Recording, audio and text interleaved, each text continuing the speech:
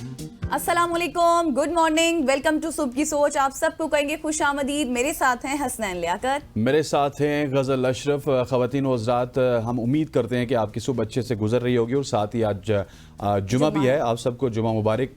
जल्दी से तैयार भी हो जाइए और साथ साथ सुबह की सोच में हमारा साथ देने के लिए आप तैयार रहें, क्योंकि आज सुबह की सोच में हम बहुत कुछ लेके आ रहे हैं। सबसे पहले हम बात करते हैं सोशल स्टोरीज़ की, लेकिन आज सबसे बड़ी जो स्टोरी है वो ये है कि भारत और पाकिस्तान के जो ताल्लुकात हैं वो कशीदा से कशीदातर हो रहे हैं। पहले हमने देखा कि पहलगाम वाक़या हुआ, उस वाक़े के 5 मिनट बाद ही भारत ने पाकिस्तान के ऊपर इल्ज़ाम तराशी शुरू कर दी और बहुत सारे गज़ल सहाफ़ी ऐसे हैं जिनको वहाँ पे एक्सेस नहीं दिया गया, स्पेशली अगर इंटरनेशनल सहाफ़ियों की बात की जाए, इंटरनेशनल जर्नलिस्ट की बात की जाए। लेकिन जो भारत के जर्नलिस्ट हैं वो भी अनफॉर्चुनेटली ये कहने को मजबूर हो गए कि हम 90 से ज़ायद जो चेक पोस्टें हैं वो अबूर करके पहलगाम तक पहुंचे। तो ये किस तरह मुमकिन है कि पाकिस्तान के जो दहशतगर्द जिनको वो कहा जाता है, पाकिस्तान उस हमले में मुलव्विस है। मतलब बहुत सारे सवालात उठ रहे हैं। एग्जैक्टली आपने ठीक कहा। और आप देखें कि ये एक सोची समझी साजिश थी बिल्कुल जो क्रिएट की गई है। जैसे ही ये पहलगाम वाला हमला होता है उसके बाद तमाम यूट्यूबर्स और जितने भी तज्जियाकार हैं, एक्सपर्ट, वो इस चीज का दावा करते हैं कि भारत सिंध ताश मुआहदा मुअत्तल करने जा रहा है। ऐसा सरकारी ऐलान से पहले कैसे मुमकिन हो गया हसनैन? आप खुद सोचें कि एक सोची समझी साजिश थी जो कि भारत ने क्रिएट की है। भारत ने हमेशा से पैनिक किया है, बौखलाहट का शिकार रहा है, पाकिस्तान के ऊपर इल्जामात लगाए हैं, लेकिन कल पाकिस्तान ने इसका मुंह तोड़ जवाब भी दिया है। नेशनल सिक्योरिटी कमेटी का अहम इजलास कल हुआ, वज़ीर आज़म की ज़ेर सदारत आला क़यादत उसमें शरीक थी और उसमें भारतीय जो जारियत है उसका मुंह तोड़ जवाब देने के लिए जितने भी फैसले किए गए, जो भी स्टेप्स उठाए गए, और साथ ही साथ आपको मैं ये भी बता दूं कि फौरी तौर पर उनको नाफिजुल अमल करने का भी कह दिया गया है। जितने भी पाकिस्तान में नेवी के और इसके साथ साथ जितने भी दिफाई, नेवी और फजाइया के मुशीर थे इंडियन, उनको नापसंदीदा शख्सियत करार दे दिया गया है और 30 अप्रैल से पहले उनको पाकिस्तान से जाने का भी कह दिया गया है। इसके साथ साथ जितने भी भारतीय लोग पाकिस्तान में इस वक्त मुकीम है उनको भी 48 घंटों में पाकिस्तान छोड़ने का कह दिया गया है कि वो जा सकते हैं पाकिस्तान से। और इसके साथ सिर्फ यही नहीं, तमाम एयर स्पेस की बंदिश भी कर दी गई है। आपको ये भी बता दें कि पाकिस्तान की फजाओं से 11 रास्ते गुजरते हैं, लेकिन उनमें से जो 4 जहाज हैं भारत के, वो मुसलसल हर हफ्ते में कसरत से इस्तेमाल करते हैं पाकिस्तानी रास्तों को। अब जब पाकिस्तान ने ये पाबंदी लगा दी है तो एक आप ये कहें कि लॉन्ग रूट से जाएगा भारत। जब लॉन्ग रूट से जाएगा तो उसका ईंधन बहुत ज्यादा खर्च होगा, टिकट्स में इजाफा हो जाएगा, जिससे भारत की जो इकोनॉमी है उसको बहुत ज्यादा जो है वो धचका लगेगा। और इससे मतलब भारत ये समझता है कि शायद हम जवाब नहीं दे सकते या फिर इस काबिल नहीं है, लेकिन कल आर्मी चीफ ने भी ये चीज वाजे कर दी कि हम मुंह तोड़ जवाब देंगे, सिंध ताश मुआहदे के ऊपर हम लड़ेंगे, हम बात करेंगे।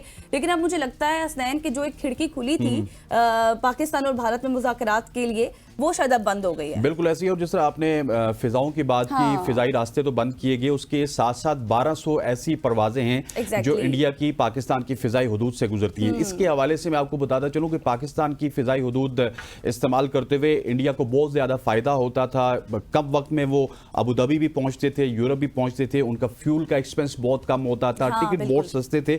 लेकिन 1200 परवाजें इसके बाद मुतासिर होंगी जब से पाकिस्तान ने अपनी फिजाई हुदूद बंद कर दी है। और कल से ही कल शाम 6 बजे से फिजाई हुदूद बंद है, तो भारत के जो जहाज हैं कभी वो अबू धाबी में उतर रहे हैं, कभी वो हैदराबाद में उतर रहे हैं, पता नहीं कहां पे उतर रहे हैं, क्योंकि रीफ्यूलिंग की उनको जरूरत पड़ रही है। और इससे पहले भी भारत को बहुत ज्यादा नुकसान उठाना पड़ा, अब भी उनको नुकसान उठाना पड़ेगा। और जिस तरह आपने बात की है कि ये भारतीय जो साजिश थी, इसका सिर्फ पाकिस्तान ने जवाब दिया है। वहां से जो कल हमने प्रेस कॉन्फ्रेंस देखी थी, उनने जो इल्जामात लगाए थे और जो पाबंदियां लगाई थी, आज हमने उसका जवाब शिकवा भी देख लिया कल, जब हमारी अस्करी की आदत और सियासी की आदत वहां पे मौजूद थी, जिसके हवाले से इंडियंस के वीज़ों के हवाले से बात हुई। जिस तरह आप बता रही थी, बहुत सारी ऐसी बातें हुई जो भारत से आई थी और पाकिस्तान ने भी उनको इंप्लीमेंट कर दिया। और जो सफारती अमला है उसको भी कम करने की बात की गई है, उसकी तादाद 30 तक होगी। जो भारत का कॉन्सुलेट है उसमें जितने भी लोग होंगे वो 30 तक होंगे, उससे ज्यादा लोगों को वापस भेज दिया जाएगा, वीजे कैंसिल हो जाएंगे। सो ये जो बढ़ती हुई कशीदगी है, ये यकीनी तौर पर तशवीशनाक जरूर है इस खित्ते के लिए।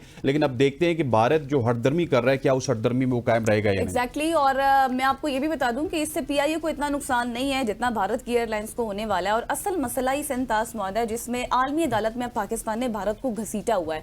भारत ने आपको पता है कि बहुत दफ़ा ये कोशिश की कि वो उसके सिंतास मुआहदे के निकात को तब्दील करे, और जब उन्होंने तब्दील करने की कोशिश की तो उनको कानूनी तौर पर नाकामी हुई। और फिर उसके बाद उन्होंने हसनैन वही पुरानी चालें चली जो हमेशा से वो चलते हैं, पाकिस्तान के ऊपर हमले का इल्ज़ाम लगाया।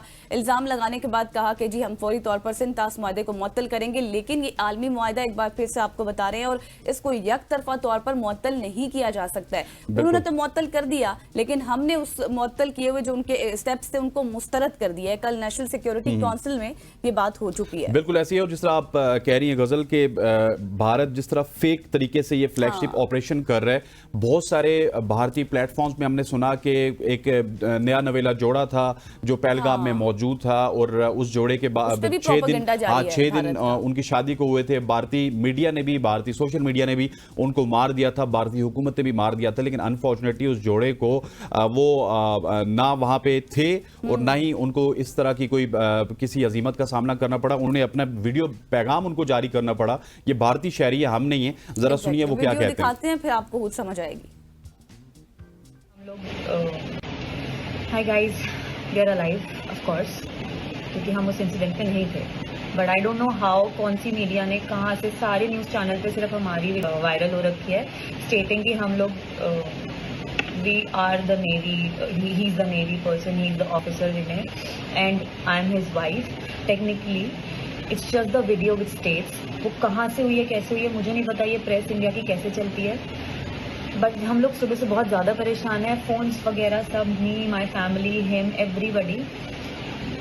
Please my condolence and his condolence to the family. But we are alive, it's not us, it's them.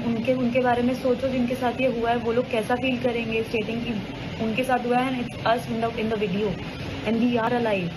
तुम किसी जिंदगी को बोल रहे हो कि तो ये वीडियो आपने हसनैन देखी है और देखने वालों ने भी देखी है कि किस तरह से इंडिया इसके ऊपर भी प्रोपेगेंडा कर रहा है। हालांकि वो बिल्कुल जिंदा है, वो लाइव आकर इस चीज का एतराफ कर चुके हैं कि इस तरह के प्रोपेगेंडे मत किए जाएं। एक और भी शॉट है, आपको सुनवाते हैं। रात को उमर अयूब साहब हमारे ही चैनल के प्रोग्राम सवाल से आगे में गुफ्तगू की उन्होंने, वो सुनिएगा। इन्हीं दिनों, मतलब आज हो, कल हो, परसों बहुत जल्द ये लोग खुद जाके वज़ीर आज़म इमरान खान साहब को कहेंगे, हालात और वाक़यात होंगे कि आप आके मुल्क को नेशनल कोहीजन, नेशनल यूनिटी की तरफ। ये लोग एज इन जो इस वक्त हुकूमत में है जी, सारे। अच्छा जी, ये उमर अयूब साहब कह रहे हैं कि ये लोग खुद जाएंगे और इमरान खान साहब को बुलाएंगे और नेशनल यूनिटी की बात करेंगे और इमरान खान साहब से दरख्वास्त करेंगे कि वो आए और ताकि नेशनल यूनिटी हम इंडिया को दिखा सके। लेकिन इसी के हवाले से ख्वाजा आसिफ क्या कहते हैं उनको जरा सुनते हैं और फिर इसके ऊपर डिबेट को कंटिन्यू रखेंगे। ये हो सकता है, क्यों नहीं हो सकता। जो ये लाइन ऑफ कंट्रोल डिक्लेयर की गई थी ओरिजिनली, ये जो इस एग्रीमेंट से पहले ये सीज़फायर लाइन थी, उस वक्त की हुकूमत ने किया। लेकिन हम कोई बाइंडिंग नहीं है ये बाइलेट। एक बंदा जो अपनी बुलाई हुई मीटिंग में नहीं आया, तो हम क्यों बुलाएं उसको अपनी मीटिंग में? उसकी पार्टी ने आना है, आए। वो जुडिशियल कस्टडी में है, वो उसको सजा हुई है। अच्छा जी, ये वही बात है जो कि ख्वाजा आसिफ साहब ने की कि टिट फॉर टैट वाली पोजीशन हो जाएगी, जैसा करेंगे वैसा भरेंगे। अगर भारतीय शहरियों ने पाकिस्तानियों को कुछ कहा, भारतीय लोगों ने हमारे पाकिस्तानियों को, तो फिर यहाँ पर जो भारतीय हैं वो भी महफूज नहीं रहेंगे। इसी हवाले से इसहाक डार साहब ने क्या कहा वो भी सुनिएगा। 240 मिलियन लोगों को ये जो मुल्क है, इसमें इस तरह की कोई यूनिलैटरल जो है एक्शन वो किसी भी कीमत पे नाकाबिल कबूल है। शिमला समेत जो ट्रीटीज हैं बायलैटरल, उसको हम कंसिडर कर सकते हैं, उसको हम भी इन अबेंस कर सकते हैं। ये जो बिहेवियर है वो बड़ा ही गैर जिम्मेदाराना है। जो वाघा बॉर्डर है उसको क्लोज़ किया जा रहा है फौरी तौर के ऊपर। जितनी क्रॉस बॉर्डर ट्रांजिट जो है फ्रॉम इंडिया वाघा बॉर्डर के ज़रिए उसको सस्पेंड किया जा रहा है। पाकिस्तान की एयर स्पेस इंडियन ओन्ड और इंडियन ऑपरेटेड एयरलाइन जो है उनके लिए बंद की जा रही है। जी, तो ये देखा आपने इसाक डार साहब क्या कह रहे हैं, जो कि नायब वजीर आजम हैं। इसके अलावा वजीर दिफा को भी आपने सुना। इसी तमाम तर इशू पे बात करने के लिए हमारे साथ मौजूद है कमांडोर महमूद साहब। Sir, thank you so much for joining us. Sir, मामलात आपके सामने हैं, इंडिया पाकिस्तान के माबैन इस वक्त कशीदगी बढ़ रही है, लेकिन क्या आप समझते हैं कि इस तरह का फॉल्स फ्लैग ऑपरेशन करके जो इंडिया के अज़ाइम हैं वो उनको पूरा कर सकता है, और जो सिंतास माइदे के ऊपर वो नज़र रखे हुए है कि उसको वो कैंसिल करेगा, तो उसको वो आसानी से कैंसिल कर सकता है? अस्सलाम वालेकुम जनाब, और गुड मॉर्निंग, सुबह बखैर आपको और आपके तमाम देखने वालों को। बहुत शुक्रिया आपने मुझे मदऊ किया। मैं कुछ चीजें आपके गोश गुजार करूं। देखिए, मेरा ताल्लुक सियासत से नहीं है और ना ही मैं सियासत पे बात करूंगा, लेकिन अगर आप पुरानी रविश देखें हमारे और उनके ताल्लुकात की, तो 2001 में जो है ना वो उन्होंने, जिसे हम कहते हैं परमानेंट अटैक्स, वो कराए थे। जो उनके पार्लियामेंट पे अटैक, लोकसभा पे अटैक हुए थे, वो भी उन्होंने कहा था कि ये पाकिस्तानी बेस्ड जो टेररिस्ट ऑर्गेनाइजेशन है उन्होंने किए हैं। 2001-2002 में लंबी एस्केलेशन रही है हमारी। उसके बाद फिर आगे आप चलते हैं तो 2008 में, नवंबर 2008 में मुंबई में उन्होंने कहा कि ये अटैक्स जो हुए हैं समंदर के रास्ते हुए हैं और ये पाकिस्तानियों ने किए हैं। सबसे आप ये देखिए जनाब, कराची टू मुंबई जो समंदरी रास्ता है वो तकरीबन 1000 किलोमीटर है, और जो उन्होंने बोट कही थी वो स्लो मूविंग है, जो 4 से 5 नॉट मूव करती है। उसको वहां पहुंचने में जो है वो 6 से 7 दिन लगते हैं। इस दौरान भारत की इतनी बड़ी कोस्ट गार्ड है, इतनी बड़ी नेवी में है, जिसमें एयरक्राफ्ट कैरियर है, जिसमें उसके डिस्ट्रॉयर फ्रिगेट्स हैं, उनके बीच में से ये जाके वहां पे पहुंचे, मुंबई में उतरे, अटैक किया। और तो मतलब खुद उनके अपने कहने वाले और बाकी बाहर लोगों ने भी इसके ऊपर लिखा है कि ये सारे फॉल्स ऑपरेशन है जो इन्होंने खुद कराए थे। फिर आप आइए पुलवामा अटैक जो उन्होंने कराया था श्रीनगर हाईवे के ऊपर 2019 में, वो भी उन्होंने पाकिस्तान पे जड़ दिया था, जिसके बाद आपको याद होगा कि 26-27 फरवरी के एयर अटैक्स हुए थे, हमने फिर काउंटर किया था उनको। और अभी ये जो पहलगाम का ये अटैक, ये सारे इस तवातुर से हो रहे हैं। These are all false flag operation जो खुद कराए जाते हैं, और उनका जो है ना वो कहते हैं कि ये पाकिस्तान ने किए हैं। ये पहलगाम तकरीबन कोई 350 किलोमीटर से ज्यादा जो है ना वो दूर है वो लाइन ऑफ कंट्रोल से। उनके बकौल तो परिंदा पर नहीं मार सकता, तो इतनी दूर से ये लोग कैसे आए, कैसे ये अटैक किया गया। मुझे दुख है कि वो लोग जो अभी मारे गए 18-19 लोग, वो जो कहते हैं ये सियाह थे, मैं उसकी मजम्मत करता हूं। लेकिन आप बिल्कुल ठीक फरमा रहे हैं, सिक्योरिटी लैब्स उनका अपना है, उनकी अपनी जानिब से होता है, बट वो पाकिस्तान के ऊपर हमेशा से इल्जाम तराशी करते हैं, चाहे वो पुलवामा वाला हमला हो, फिर पठानकोट हो, या फिर मुंबई हमला हो, फिर 2001 में पार्लियामेंट वाला हमला हो। ये सब बातें ठीक है, लेकिन अब मुझे थोड़ा सा ये क्लियर कीजिएगा कि बैनुल-अक़वामी तौर पर कितना प्रेशर बिल्ड हो सकता है इंडिया पर? नहीं, देखिए, हमारे असल में ये चीज जो है, हमारे फॉरेन ऑफिस को, जो हमारे नुमाइंदे बाहर हैं बैरूनी ममालिक में, हमारे सफारत खाने, उनको ये सारी चीजें जो है ना लेकर बैनुल-अक़वामी मीडिया को भी, लोगों को भी ये बतानी चाहिए कि ये खुद सारा कुछ खुद हो रहा है, और जो कुछ ये वहां पे अपराइजिंग है वो लोकल लोग कर रहे हैं, जिसका सोल्यूशन ये है कि वो बैठ के जो उनके प्रॉब्लम्स है वो हल करें। मतलब जितने बुरे हालात मुसलमानों के इंडिया में है, अनफॉर्चुनेटली वो कहीं किसी और माइनॉरिटी के साथ नहीं हो रहे हैं, क्योंकि जो मोदी सरकार है, नरेंद्र मोदी साहब की हुकूमत जो है, उनकी सियासती नफरत के ऊपर है, और उनको कोई ना कोई चाहिए होता है जिसको वो निशाना बनाए, चाहे बैरूनी तौर पर पाकिस्तान को निशाना बनाए, अंदरूनी तौर पर मुसलमानों को निशाना बनाए। तो इसके तो हेट्रेड बढ़ेगी। अगर ये अटैक अगर किसी और ने भी किया तो अंदरूनी लोगों का उसमें काम है, पाकिस्तान के इससे कोई लेना देना नहीं है। आप खुद जानते हैं, हमारे तो अपने हालात, हम इस वक्त प्रोबेबली हम सबसे बुरे हालात में हैं अंदरूनी तौर पर। हमारे अपने 3 सूबों में जो है ना वो गड़बड़ जारी है। अभी जिस तरह सिंध में सिट इन हो रहा है लॉयर्स का, बलूचिस्तान और केपी में जो ऑपरेशन हो रहे, तो कोई बेवकूफी होगा जो इस वक्त के हालात में ऐसी हरकत वहां पे और इतनी दूर जाके करेगा। आप लोग सही कह रहे थे कि बेसिकली वो सिंतास मुआहिदा है, उससे रूगर्दानी करना चाह रहे हैं, उसको खत्म करना चाह रहे हैं बाकी, क्योंकि कुछ न कुछ उनको चाहिए कि वो नफरत की बेस पे लोगों की हमदर्दी हासिल कर सके। आप देखिए इस वक्त हिंदुस्तान के अपने हालात ठीक नहीं है, वो ग्रेट इंडिया और राइजिंग इंडिया कर रहे थे, लेकिन ऐसा कुछ नहीं हो रहा। मतलब अब उनकी तवज्जो किसी तौर पे हटाई जाए। So these are the only two targets जिनके ऊपर वो किया जा सकता है। कमोडोर साहब, आप बिल्कुल ठीक कह रहे हैं, लेकिन जो इंडिया के प्राइम मिनिस्टर मोदी साहब कह रहे थे कि ये बिल्कुल बेकारियों का मुल्क है, उस मुल्क से उनको इतना खतरा हो गया कि 8 लाख फौज है उनकी, करोड़ों में उनके सिक्योरिटी पर्सनल हैं, लेकिन फिर भी हम पहलगाम में जाके हमला करवा देते हैं और 5 मिनट में उनको याद आ जाती है कि ये पाकिस्तान ने करवाया। मतलब कि वो अपनी जगह साई खुद करवा रहे पूरी दुनिया में।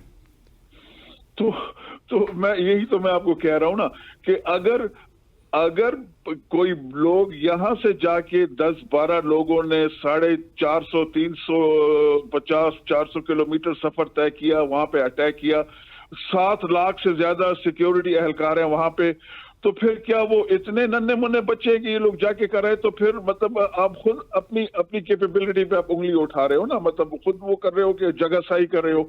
तो ये पाकिस्तान का नाम लेना, और जो वहां के पढ़े लिखे समझदार लोग हैं, मैं भी उनके टीवी चैनल्स को देख रहा हूँ, वो चीख कह रहे हैं कि ये बकवास है। ये मतलब ये सारी मुंबई अटैक जैसे मैं आपको कह रहा हूँ, उन्होंने खुलेआम कहा कि ये नहीं हो सकता, किसी तौर पे भी नहीं हो सकता जो किए गए थे या जो कराए गए थे।